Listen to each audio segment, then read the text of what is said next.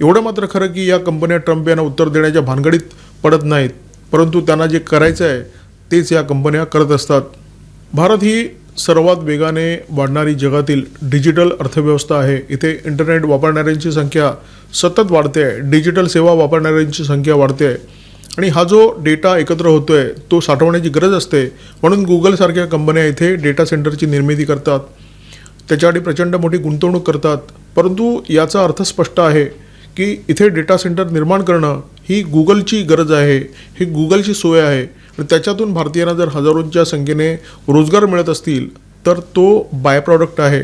ते रोजगार निर्माण करण्यासाठी गुगल डेटा सेंटरची निर्मिती नाही करत, ही निर्मिती त्यांच्या सोयीसाठी केली जाते. त्यामुळे ट्रम्प कितीही म्हणाले की तुमच्या गुंतवणुकीमुळे भारतीयांना रोजगार मिळतात, तरी या कंपन्यांना ही गुंतवणूक करावीच लागेल आणि त्याच्यातून भारतामध्ये रोजगार निर्माण होत राहतील, भारताच्या अर्थव्यवस्थेला चालना मिळत राहील.